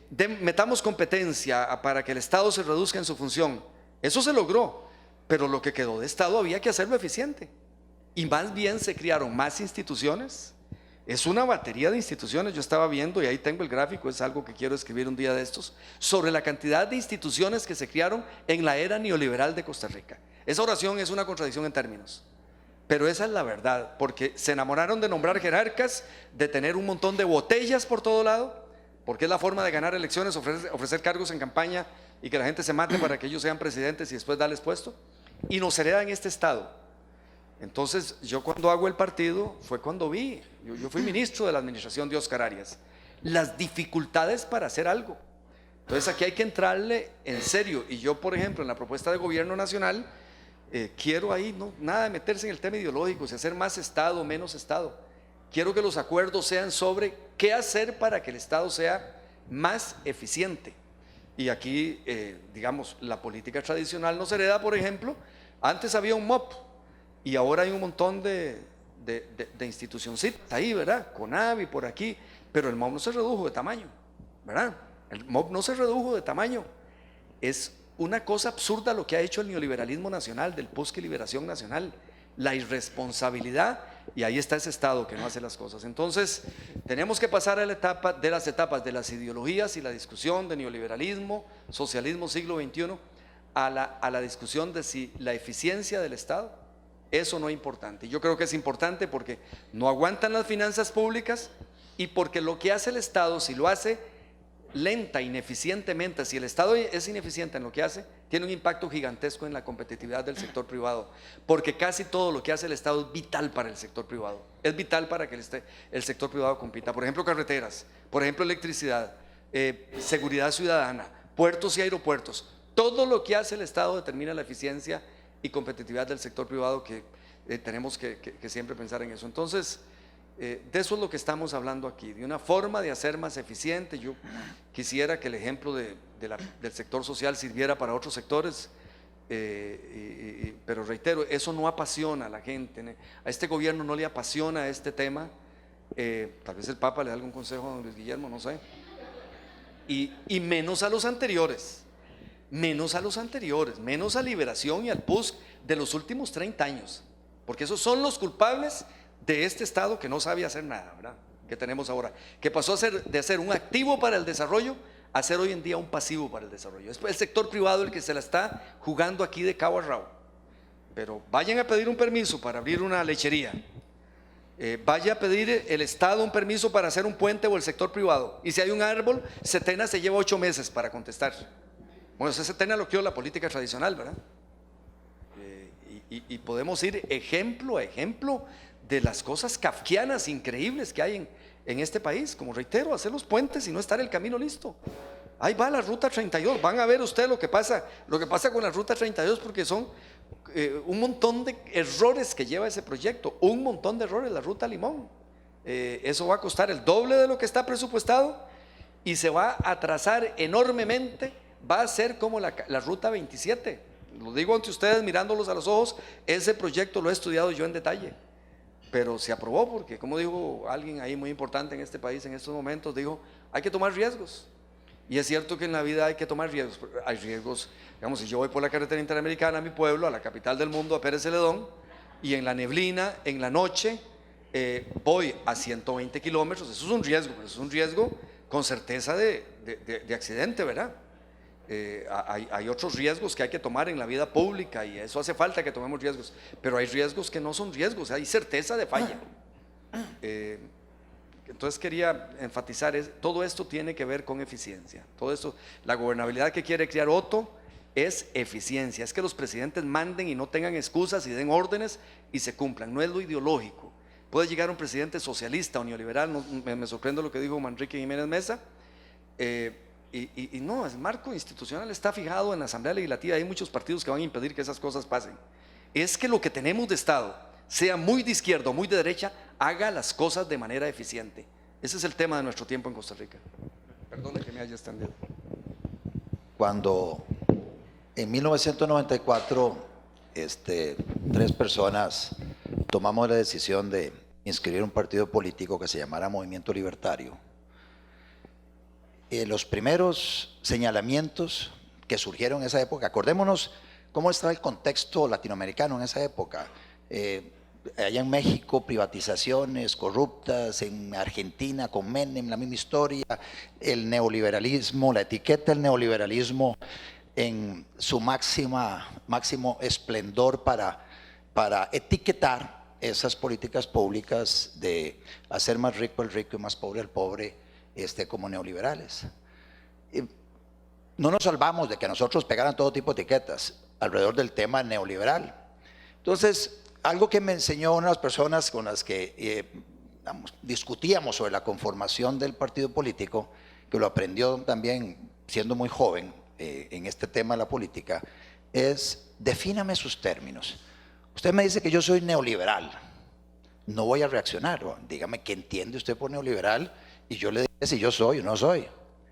Entonces, sí, mire, usted es una persona que quiere ser más rico al rico y más pobre al pobre, o un poco como dice Otón ahora, es que los neoliberales son los que han creado todas esas convenciones colectivas, y los neoliberales son los que han creado ese montón de instituciones que no sirven para un carajo, y los neoliberales son estos tipos que han contratado más gente de la cuenta, que no han, premiado la meritocracia, que han ayudado a ciertos amigotes a que hagan negocios a expensas de otros, que han defendido, que han, respaldado situaciones monopólicas u oligopólicas. Todos esos son unos neoliberales. Y yo le digo, bueno, perfecto, Todos son unos neoliberales desgraciados, todos ellos, porque yo no soy eso. Yo soy liberal. Y lo que impulso como liberal es algo diametralmente opuesto a lo que hemos vivido en los últimos 30 años. 30, 40 años en Costa Rica, CODESA y todas sus subsidiarias, ese montón de barbaridades y las convenciones colectivas y abusos y esa inflación institucional. Nosotros somos liberales y orgullosamente liberales. El marco de referencia ideológico es muy importante. Es muy importante porque las políticas públicas están ancladas en una cosmovisión que tiene el gobernante. Si se es de centro, que es muy buscando la idiosincrasia del tico, que no se define ante nada y anda así de medio palanganas, así como de quedar bien con Dios y con el diablo y decir sí pero no y no pero sí, que para mañana y cosas de esas. Por lo menos eso no va conmigo. Yo tengo una definición clara en relación con todas las políticas públicas y ustedes ven un anclaje ideológico liberal. Y estoy de acuerdo con lo que dice Otón. El proyecto Gobernar sin Excusas no tiene que ver con la ideología. Tiene que ver con el proceso de toma de decisiones, para que dentro de ese proceso el liberal pueda gobernar bien y pueda llevar a la práctica su visión, que el estatista lo pueda hacer también y pueda llevar a la práctica su visión estatista. Pero que si tenemos un sistema presidencialista, que funcione, por Dios. Eso es lo que buscamos, eficiencia. Este proyecto, señora decana, este proyecto nuestro, Gobernar sin Excusas, de lo que reduce son poquitas plazas. Los 250 botellas de juntas directivas que mencionaba Otón, de esas 50 juntas directivas que se van, más o menos 55 personas por cada junta directiva, 250 personas. Y luego esas duplicidades o triplicidades que se dan en los órganos de desconcentración máxima al pasar a ser órganos de desconcentración mínima, ahí va a haber un adelgazamiento de la planilla, pero no es mucho tampoco. 750 personas, digamos, 1000 personas en total, a razón de un promedio de $1 millón por persona, más o menos unos 12.000 millones anuales. Esa no es la verdadera utilidad de este proyecto. Ese proyecto lo que busca es que las cosas se hagan. Un ejemplo, utilizando los ejemplos que da Otón sobre las carreteras. Estamos eliminando en el MOPT, ustedes saben que el MOPT básicamente se desconcentró con desconcentraciones máximas en 5 consejos. Consejo de Transporte Público, Consejo Técnico de Aviación Civil, Consejo Nacional de Concesiones, el Consejo de Seguridad Vial y el Consejo Nacional de Vialidad, el CONAVI. Cada uno con sus juntas directivas. Bueno, acá se los estamos devolviendo al MOPT como órganos de desconcentración mínima, ya no máxima. Entonces se van a juntas directivas. Entonces usted ya no va a ver en el CTP sentado a los taxistas y los autobuseros de la junta directiva tomando decisiones sobre todo el tema del transporte público. Porque ellos tienen acaparado ese órgano que no puede poner orden en el transporte público y por eso no hay interlíneas y por eso es un desastre el tema del servicio público, el transporte público. No, se lo estamos devolviendo al MOPT. Yo cuando veo, y aquí es cerquita, la parte del EDEN, Triángulo de Solidaridad, ustedes saben que al finalizar la administración Chinchilla Miranda, quedó adjudicado en $143 millones la parte de circunvalación, la carretera de circunvalación entre la Uruca a salir aquí a la ruta 32, aquí por el Triángulo de Solidaridad, hace 2 años, adjudicado $143 millones. Esta administración ha sido absolutamente incapaz de remover unas familias que están ahí, que impide que la empresa adjudicataria pueda entrar a hacer los planos de lo que se requerían para poder hacer ese intercambio.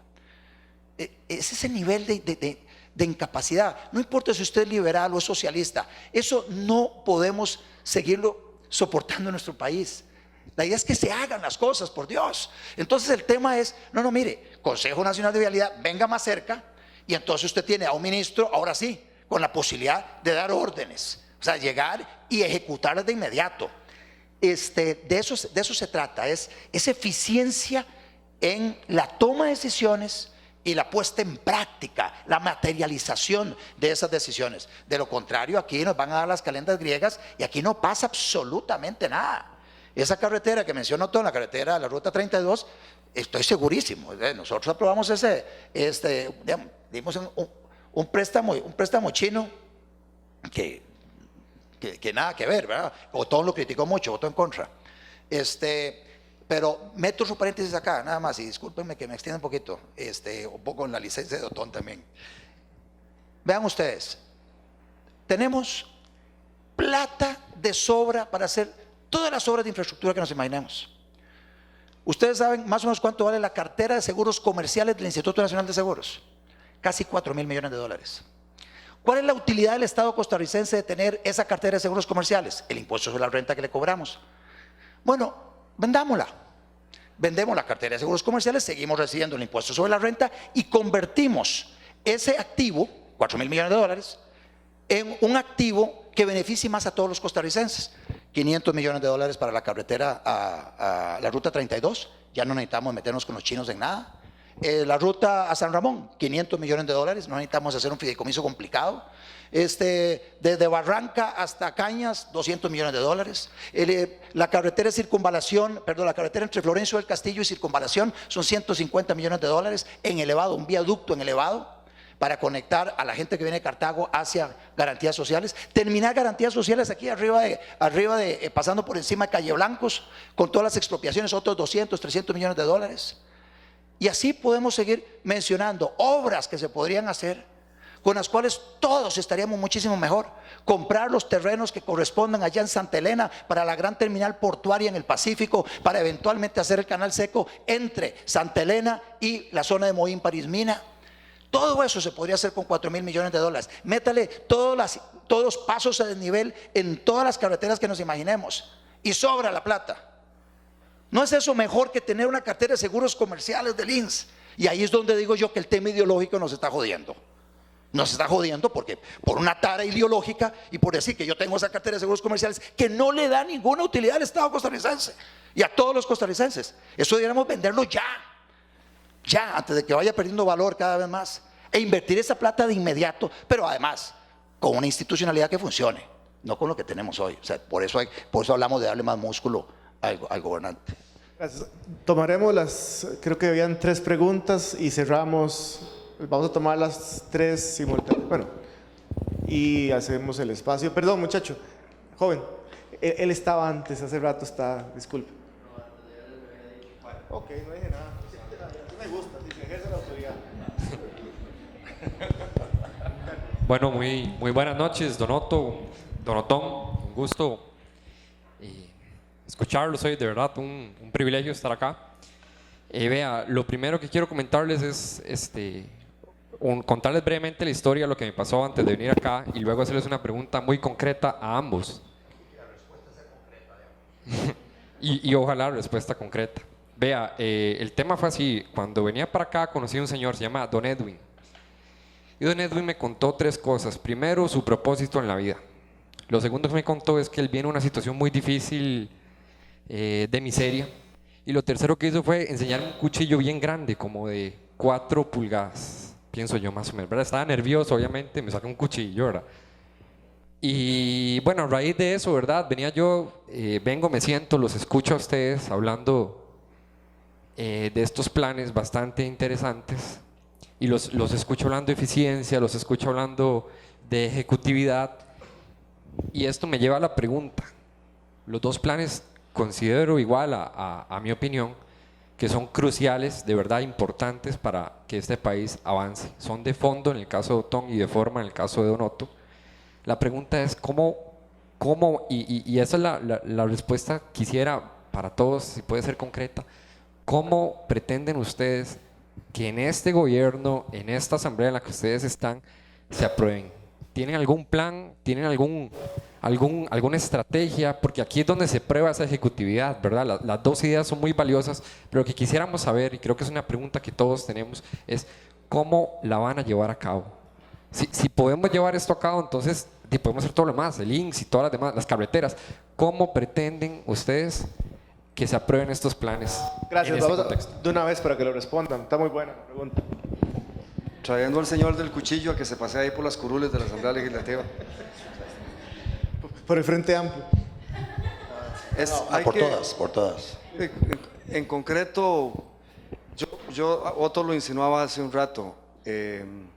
Yo creo que si la opinión pública se matricula con esto y los medios de comunicación van a facilitar el que la política se interese. Mucho político no tiene concepto y hace lo que sea popular. Y entonces, si esto se convierte en propuestas populares, las van a aprobar. Si los medios de comunicación, ustedes, estoy seguro que ocurre. La gente va ahí con la corriente. Si no es popular, si ven que les dan pérdidas, si no se ganan algún comentario positivo en alguna parte, se van a oponer. El fondo no es lo que opera en la mayoría de los políticos. La popularidad es su objetivo, no la transformación. No tienen una visión de a dónde quieren llevar el país, sino es popularidad, es ascender, es tener posibilidades futuras de ser electo a algo. Entonces, haciendo esto popular, y por eso yo acepto y hasta he pedido citas para ir a explicar esto a varias partes, al programa de don Randall y don Claudio. Don Claudio lo criticó, el colega de él, y yo le dije, creo que me debes una invitación al programa. Es la primera vez que pido que me inviten a un programa para ir a explicar estas cosas. Gracias. El programa Perdón, es de lunes a viernes a las 10:30 en 89.1 la Superestación. Gracias. A ese mismo programa fui yo a presentar la propuesta y el socio de Randall me agarró a patadas, pero bueno. Otón también. No, pero por ahí va. O sea, la única manera de que logremos un cambio es que venga de afuera hacia adentro. En la Asamblea Legislativa los diputados funcionan mucho en función de qué es popular en determinado momento. Y hay un gran temor al costo político, y entonces el costo político es el que determina cómo se votan o no se votan ciertos proyectos de ley. Entonces, el punto es desde afuera. Lo que está haciendo todo lo estoy haciendo yo también. Ya tuve conversaciones con 4 expresidentes de la República, he ido a varias cámaras empresariales, fui a la Universidad de Costa Rica, a la Escuela de Ciencias Políticas, a la Facultad de Derecho, hoy estamos acá, hicimos un foro en la Asamblea Legislativa, hemos ido a programas de radio. Es sensibilizar a sectores cada vez más amplios que demanden, no que se apruebe el proyecto de Otón así como está, o el proyecto que yo presenté así como está, sino que, bueno, que le entremos al tema de una reforma institucional. Y bueno, y en esas discusiones a lo mejor podamos ir sumando adeptos en la Asamblea Legislativa. Si el Poder Ejecutivo no se convence, las cosas se reducen todavía mucho más, porque acordémonos, nos quedan 2 años en la Asamblea Legislativa. De esos 2 años, 1 año son sesiones extraordinarias. Si en ese año el Poder Ejecutivo no convoca estos 2 proyectos, no se puede avanzar mayor cosa. Y luego están ya elecciones casi a la vuelta de la esquina. Entonces, objetivamente, si usted me dice, del 1 al 100, ¿cuáles son las posibilidades de que los proyectos de ustedes se aprueben antes de las próximas elecciones? Objetivamente, 3%, 2%. O sea, yo no veo, si no se matricula el Poder Ejecutivo, y lamentablemente no lo estoy viendo matriculado, pero aún así yo no tiro la toalla, yo sé que Otón tampoco, y vamos a seguir sumando cada vez más adeptos en esto. Yo espero que nosotros vamos a elegir una bancada libertaria grande para las próximas elecciones, que pueda seguir adelante con esta iniciativa, y otras que estamos redactando de reforma del Estado, o sea, mucho más profunda, de cierre de algunas instituciones, cambio en la forma de elección de los diputados, etcétera. Estamos metiéndonos a hacer rediseño institucional. Luego de estos 2 campos pagados, la penúltima pregunta, y una más por acá. Bueno, digo yo, de parte mía estamos muy entretenidos, pero en consideración a los diputados que trabajan mucho, de verdad, debo decirle, lejos de lo que ustedes piensan, los diputados, pero más aún los asesores y asesoras, que por acá hay algunos, trabajan todavía más que los diputados, suelen cansarse. Adelante, por favor, ¿dónde está? Sí, buenas. Bueno, yo voy a hacer 2 preguntas personales con respecto a lo que es para mí mi opinión. Por ejemplo, bueno, escuchaba a Otón Solís decir mucho de que se ha gastado mucho dinero a los pobres y no se han solucionado nada, más bien crece la pobreza. Háblate un poquito más duro, porque yo creo que allá atrás no te están escuchando. Ok. Lo de que se ha dado mucho dinero a los pobres y no se ha solucionado tanto lo de la pobreza o nada. Y también lo de que para qué estar dándole tanta tierra a los campesinos en vez de darles educación para que licenciaturas, etcétera. Pero O sea, a mí me parece personalmente que el pobre es pobre realmente porque quiere, porque si usted le diera a todos los pobres 50 millones de colones para que salgan de la situación que tienen, en 2 meses estarían volviendo a pedir dinero. O sea, me parece que la mentalidad es estar pidiendo y pidiendo y pidiendo cuando la clase media, o sea, más bien se nos dificulta para ayudar mucho a las personas que tienen la mentalidad de que todo es gratis. Como cantante, sí, de frente. Eso, digamos, Es que el tema es que lo estamos grabando, entonces ok, eso digamos como pregunta, o sea, ¿por qué no más bien ver la mentalidad a los pobres y no estar dándoles y dándoles y dándoles a costilla a los que realmente nos esforzamos de la mejor manera que podemos? Y la otra pregunta, por ejemplo, o sea, en el caso de la infraestructura, por ejemplo, si ustedes van a un país como Panamá, ustedes como representantes del país, o sea, no les da vergüenza representar un país que realmente no ha crecido nada en infraestructura, siendo un país que realmente tiene las mismas posibilidades de Panamá de ser un país que surja. Gracias. Tomamos la de atrás, muy amable. Gracias. Mi pregunta es principalmente que hipotéticamente si se llegase a romper esta armadura en la que se ven envueltas por los ministerios, mi pregunta principalmente es qué tanto permite estos programas una vez aprobados, que si en determinado momento en el futuro, digamos que necesitamos volver a abrir un programa como FONAVE, digamos, que sería absorbido en este caso, como lo habían dicho, por lo que sería Avancemos. La propuesta de Otto, ¿qué tanto permitiría que se volvieran a reabrir como tal estos programas y qué tan accesible sería para digamos, la necesidad en el momento, digamos, qué tan accesibles serían para que se pudieran abrir, digamos, que si no habría tanta burocracia o la idea, yo sé que eso es para hacer un poco más dinámico pues, el funcionamiento del país, digamos, hacer un país más gobernable, pero si hay una necesidad, ¿cómo permitirían que se abra, digamos, como tal, un ministerio, una propuesta, etcétera? Si no es algo que solamente 12 ministerios, ok, solamente hay 12 ministerios, pero si se requiere otro más, ¿qué tanto permitirían, digamos? Gracias, muy amable. Tomamos la última por acá. Gracias. Buenas. ¿Aló? Quería saber nada más, ustedes han hablado mucho de eficiencia, de eficiencia del Estado, y a mí me parece, no sé si es desconocimiento mío, pero muy pocas instituciones, o por ahí contadas, tienen indicadores de eficiencia, donde realmente podamos ver cuantitativamente si esa eficiencia está mejorando, está subiendo, está bajando. Yo trabajo aquí al frente, en el SINAC, ahí ustedes mencionaron un poquito la parte de planificación, justamente tenemos, este año estamos estrenando plan estratégico y la novedad que trae es que intentamos poner indicadores de eficiencia a ese plan.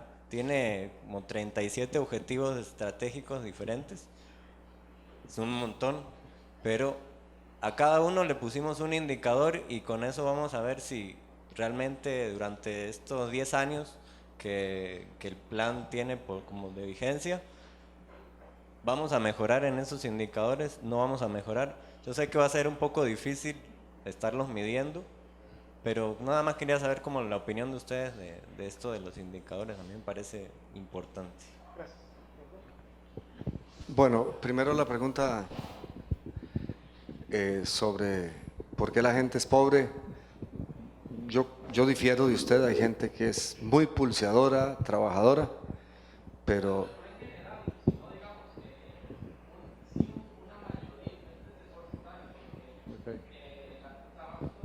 yo le entendí la pregunta, yo la entendí.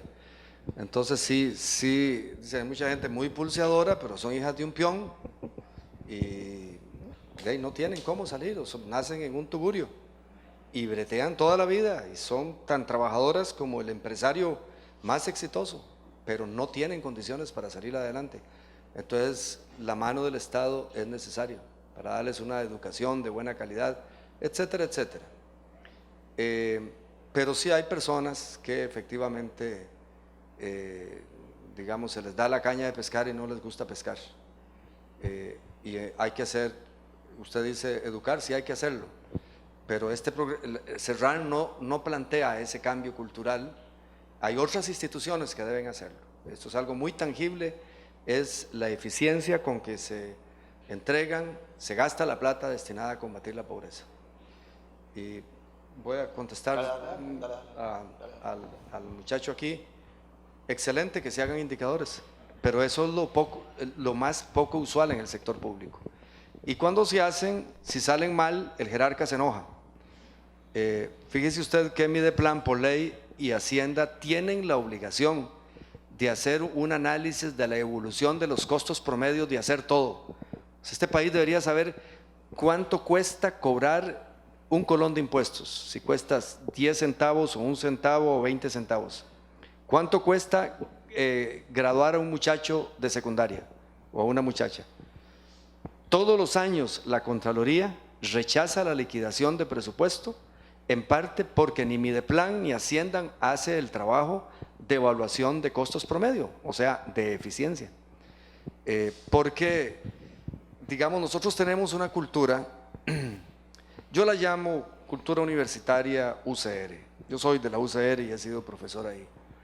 ¿Cómo es la UCR? Cuando falta plata, hacen una huelga. No se preocupan por ser más eficientes. Si usted les dice, le damos la plata, pero hay que ser más eficientes, dicen que eso es violación de la autonomía universitaria. Y hay mucho jerarca en Costa Rica, mucho jerarca, que cuando usted le habla del costo de hacer las cosas, ¿de qué me está hablando? Aquí lo importante es hacer. Y ni siquiera eso se logra, o sea, lo que llamamos eficacia. O sea, carecemos de eficacia y de eficiencia. Un empresario privado que solo se preocupe por producir camisas sin el costo de producir cada camisa sería un absurdo. Bueno, en el sector público lo más que logramos es que se preocupen por hacer cosas, y ya estábamos hablando de que no se hacen, pero el sueño de que se preocupen por el costo de hacer las cosas es terrible. Usted lo ve en todas partes, ahí en la Asamblea Legislativa.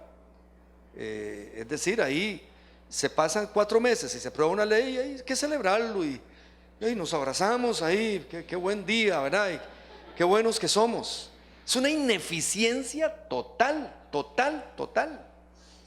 Yo en lo personal no, porque ahí trabajo, ahí estudio, ahí hago montones de cosas, y leo y lo que sea. Es mi sitio de lectura favorito ahora, la curul, porque la mayoría del tiempo estamos en nada.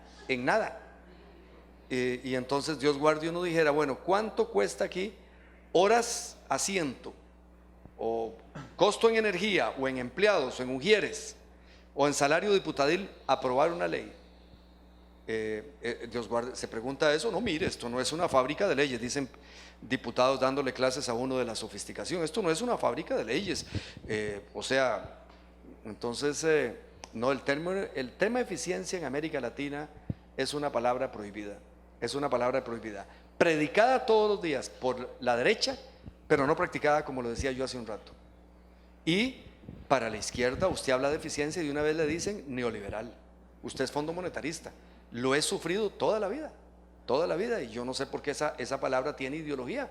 Al dictador de Corea del Norte le interesa que las cosas se hagan con eficiencia, y estoy seguro que a Donald Trump también le va a interesar si ganase las elecciones. Si la palabra eficiencia no tiene ideología. Un estudiante comunista tiene que ser eficiente en el uso del tiempo, y uno totalmente neoliberal tiene que ser eficiente en el uso del tiempo. ¿O es que el neoliberal sí y el comunista no? Mire, vamos fáciles aquí en la vida, no eficiencia. Todo el pequeño empresario, taxista, tiene que ser eficiente en las rutas para sacarle más el jugo al taxi, y el dueño de Tracopa también tiene que ser eficiente. Pero a nosotros en América Latina, no solo en mi país, yo hice mucha consultoría en América Latina, y he andado con ese cuento de la eficiencia en el Estado, y ya de una vez, pero mire, es que nosotros con el Fondo Monetario tenemos algunas reticencias. ¿Por qué? Yo no dije Fondo Monetario, es que eso es la eficiencia. O sea, es terrible el problema mental. Si usted quiere un problema mental, muchacho, es ese que tiene la inteligencia de América Latina, y en nuestra clase política ni se diga. hablar ahí en la Asamblea de Eficiencia es como una locura, ¿verdad? Quisiera saber el trabajo del diputado versus los costos en empleados, en todas las cosas que tenemos ahí. Entonces, ojalá el SINAC lo haga y ojalá no jueguen con los números para mostrar eficiencia, ¿verdad? Cuiden ustedes a los jerarcas, porque yo conozco experiencias de Mideplan evaluando y empiezan a matizar los números y a encontrar excusas para que toda institución salga muy bien. Sí, la ley de administración financiera y presupuestos públicos establece que los presupuestos deben elaborarse con todos esos criterios, esos parámetros, esos objetivos, y la legislación, la normativa obliga también a llevar las cosas, como decía Otón, al costeo, cuánto me cuesta a mí cada producto que yo saco. Lamentablemente, eso es una de las disposiciones normativas que se incumplen de las muchas. Hay una a nivel constitucional, es el presupuesto. El presupuesto tiene que estar balanceado entre ingresos y gastos, y no está. La Sala Constitucional también se separa de esa jurisprudencia constitucional sobre la obligación de balancear el presupuesto y dice, usted lo balancea con deuda, la deuda que usted quiera. Hay un artículo 6 de la Ley de Administración Financiera y Presupuestos Públicos, que es una regla fiscal. Usted no debe financiar el gasto corriente con endeudamiento. Y bueno, esa se violenta desde siempre. O sea, nosotros aprobamos la ley en el 2000, creo yo, y desde que se aprobó la ley, se viene incumpliendo reiteradamente en todos los presupuestos, pero no hay una sanción asociada a eso. Entonces, es parte de los problemas que tenemos. Hoy, un par de ejemplos sobre el tema de la irresponsabilidad con que se manejan a veces los presupuestos y las platas y la ausencia de objetivos.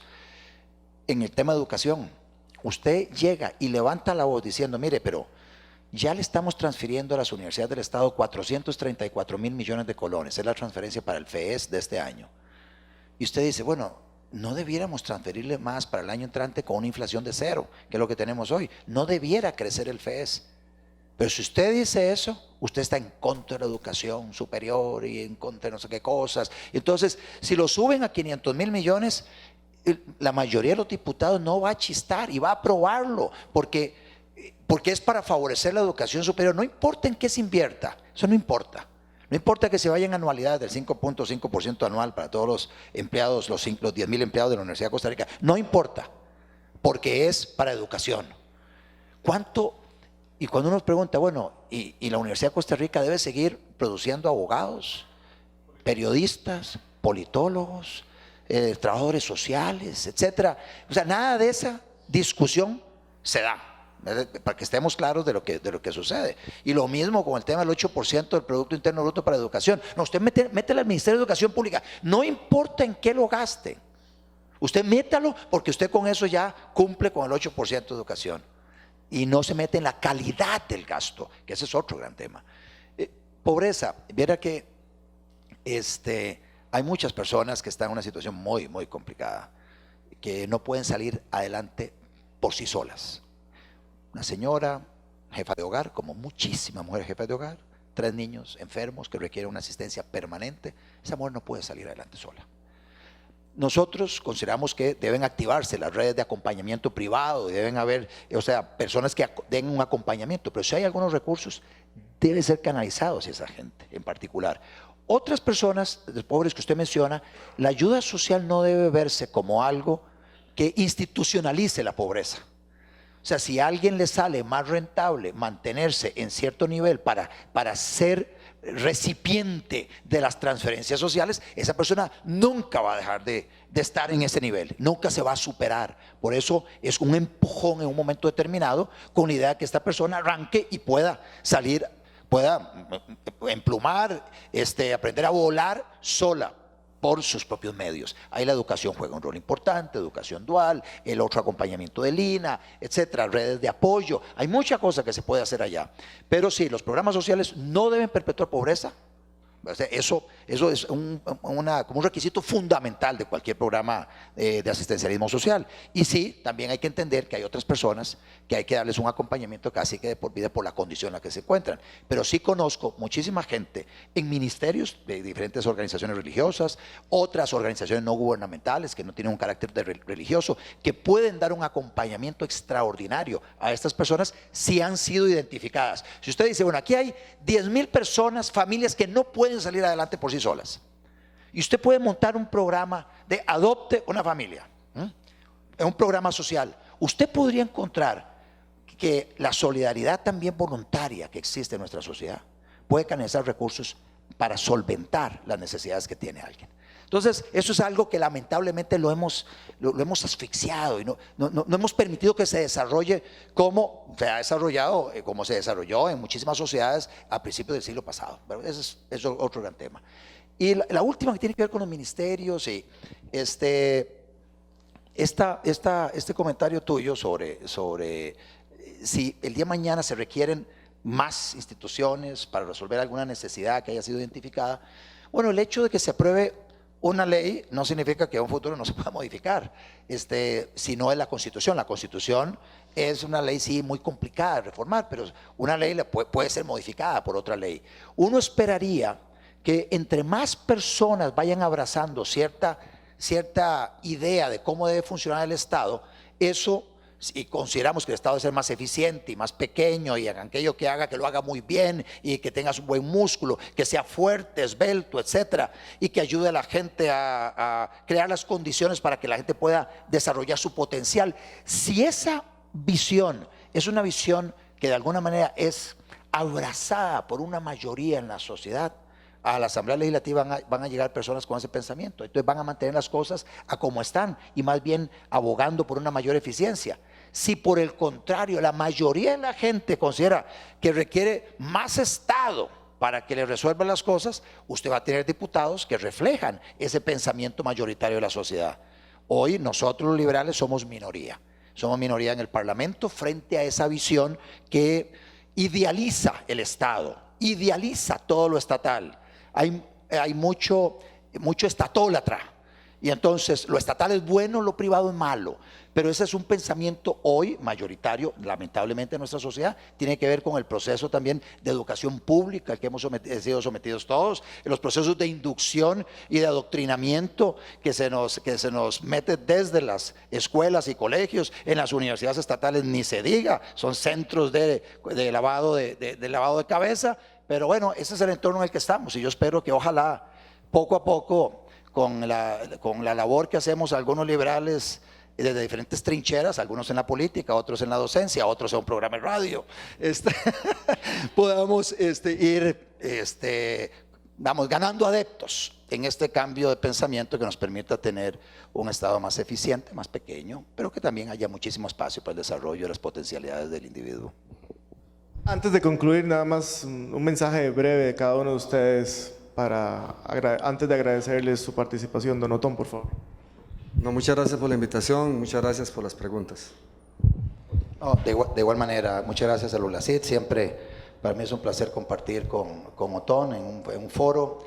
Gracias por la atención de ustedes. Son las 8:25 y tener y aquí a una gran cantidad de personas en este auditorio demuestra el interés que ustedes tienen por ese tipo de temas, y les agradecemos, porque buscamos nosotros compartir estos esfuerzos que hacemos intelectuales con el propósito de ver si ponemos nuestro granito de arena para que nuestro país con el cual estamos tan comprometidos, funcione todo de una mejor manera. Muchas gracias. Lo menos que podemos hacer es agradecerles con un aplauso muy fuerte a Don Otto y a Don Otón. Gracias.